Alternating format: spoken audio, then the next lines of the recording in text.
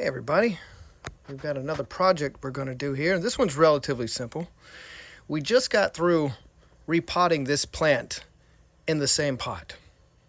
Now, if you're familiar with repotting, most of the time you repot a plant because it's grown too big. But in this scenario, this was inside there, so it wasn't maximizing capacity. So we got a little bit more time for that. But what we have here is something that's going to save us some time. I ordered these, and I ordered like a bunch of them.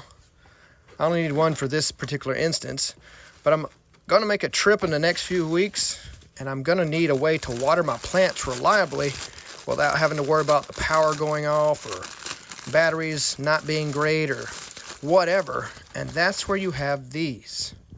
Now this may look simple, and it's a very old technology, but it uses a combination of, this is like a little ceramic little cone, and it's attached to this little reservoir.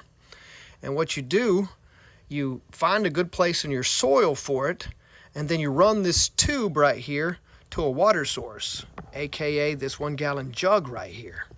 And what it'll do, you fill this little tube up, put the top on, and as the water is flowing out of it ever so slowly, because it uses like osmosis or something like that, because it's terracotta ceramic, and it moves through it real slow, but it creates like a vacuum. It pulls the water through, so then it starts to siphon water out of that jug into your plant, and it starts this cycle where it just keeps siphoning water as needed, because like I said, the water will only flow when the soil starts to dry out enough. So that's the thing.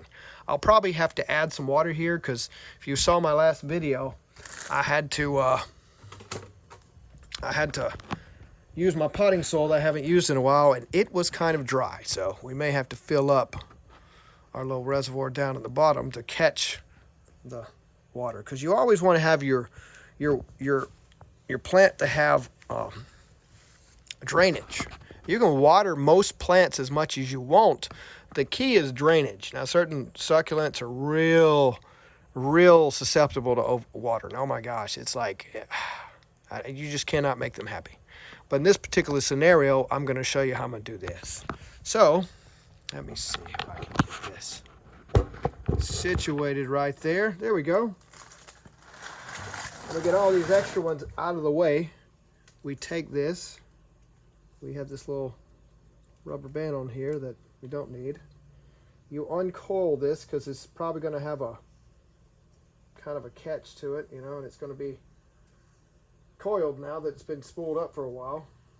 So you may want to play with that, tug on it a little bit just to kind of get the coal out. And this end is very important. You try to get the coal out of it, because this is what's going to sit at the bottom of the jug.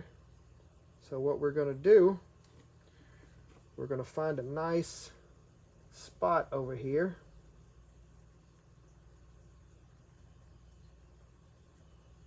And we may want to spray it a few times with some water just to kind of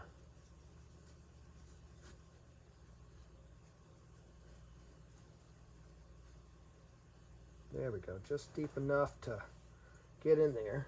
And we're going to take this over to here, and here's the trouble we're going to have, because that thing is coiled like that. It's going to make it hard to get in there. So, how far did that even go down? Yeah, it didn't go down hardly at all. Darn. We need something we're going to weight that down with, because that's not going to do right. Although we could put it down this handle right here.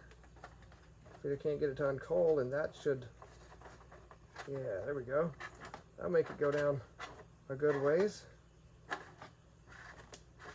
And it's starting to try to coil back up, but I think that'll be a good way to try to keep it down. There we go. And essentially, that's what you have. We add water to this, fill it up, pop the cap back in. Then we add this up, and I guess you can.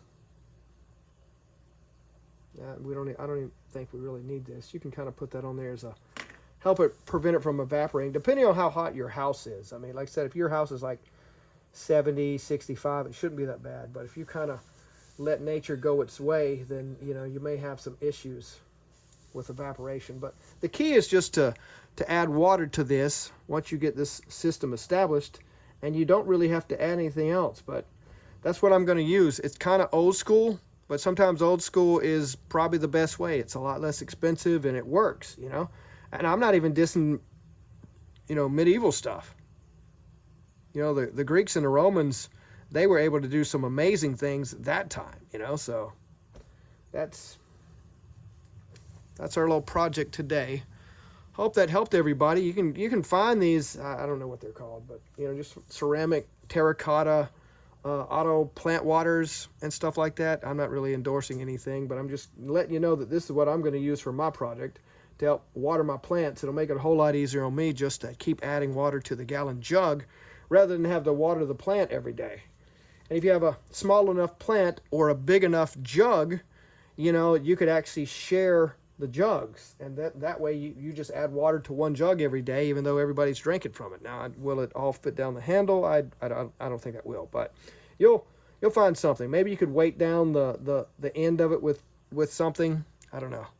You know, one good thing you probably could do if you had a piece of copper or silver, which probably not going to put silver in there, but a piece of copper. Copper is an natural antibacterial.